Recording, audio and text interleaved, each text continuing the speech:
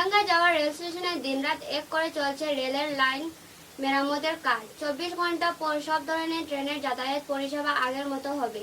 বিগত কয়েকদিনের প্রবল বৃষ্টিতে মানুষ খরণ হওয়ায় হারেঙ্গা যাওয়া এলাকা বৃহত্ত অংশ মাটি ধ্বংসে পড়ে যার ফলে রেলওয়ে লিঙ্ক সম্পূর্ণভাবে বিনষ্ট হয়ে যায়। বর্তমানে দিনরাত করে পরিস্থিতিতে সুধার করছেন রেল বিভাগের কর্মীরা। 29 জুলাই থেকে রেলওয়ে যাতায়াত পরিষেবা সামান্য হবে বলে রেল সূত্রে খবর পাওয়া গেছে।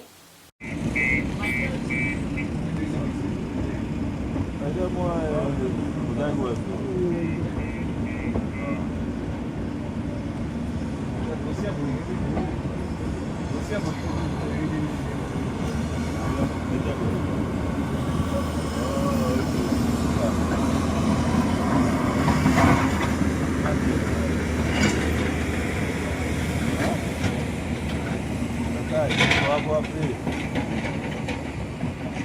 Quoi?